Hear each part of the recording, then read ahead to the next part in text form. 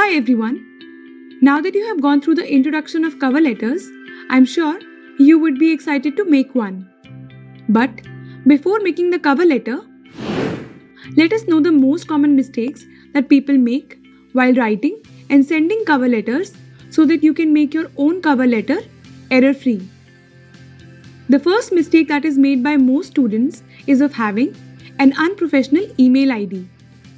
Yes, it starts with something as basic as an email ID. In the true sense of the word, your email ID is the first ever thing about you that an employer sees. You might check how a new email appears in your inbox when it comes from an email ID such as heartbreakkid@yahoo.com or rockingcool@gmail.com. It does not look professional at all, right? In a professional setup, such email IDs create a very poor impression. You must never use them. Always use a professional email ID when applying for an internship. Using first name dot last name or any variation of it is a good idea. The next mistake that students usually make is of writing an unappealing subject line for the email. You might wonder why the subject line is so important in an email. Well, the reason is it is used to filter out irrelevant messages and emails. Your employer won't read your email if the subject line does not catch his or her attention. Often students use hi or resume or application for internship as a subject line which does not stand out amongst hundreds of similar emails that the employer may receive in a day. Worse, few students leave the subject line blank, or it contains spelling mistakes or SMS language, which shows your lack of sincerity in applying. So, how can you write the subject line in a manner that the reader would be excited to open and read your email? Having a keyword such as the name of your institute or an indication of the stream or a key skill in the subject line should work. The next most common mistake that students make is of spelling mistakes, grammatical errors, and using SMS language. Let us take up each of these one by one. Spelling mistakes are easy to fix. Always run a spell check before sending an email. Most email composers have an inbuilt spell checker which you can use to create error-free content. Grammatical errors depend on how good your command over English language is. It is always a good idea to get your cover letter reviewed by a peer or a professor whose knowledge of English can be trusted. You may also use the Grammarly plugin that we have spoken about in the previous topic to correct your text. If your email contains SMS language, then you have effectively killed your chances of getting hired in that company then and there itself. So, please do not use SMS language anywhere in your cover letter.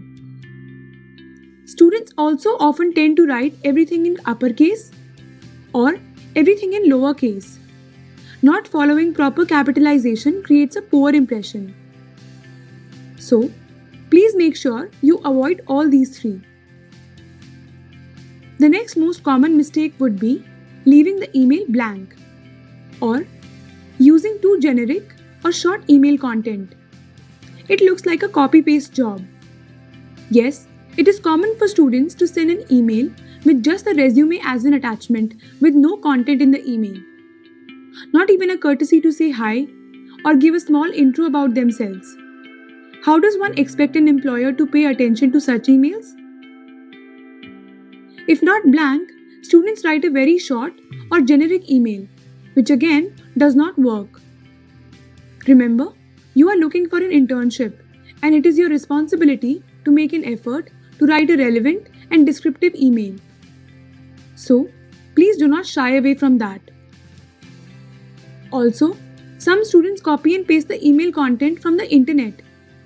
These emails are so easy to spot and hence equally easy to discard. Don't forget, if you can Google, then even your employer can Google them. Another common mistake is improper greeting or signature. Always start a cover letter with a proper greeting. like Dear Sir or Dear Ma'am, or Hi Sir or Hi Ma'am. At the end of the email, put your complete signature, including your full name, your current academic status, and your phone number. The last very common mistake you may end up doing is uploading your cover letter as an attachment instead of writing it as an email. Unless specifically asked for, always write the cover letter in the email body. Do you understand why we are saying this? Well, the whole point of a cover letter is to get the reader to open another attachment, that is your resume. Sending the cover letter itself as an attachment would defeat its purpose altogether, unless the employer has specifically asked you to do so.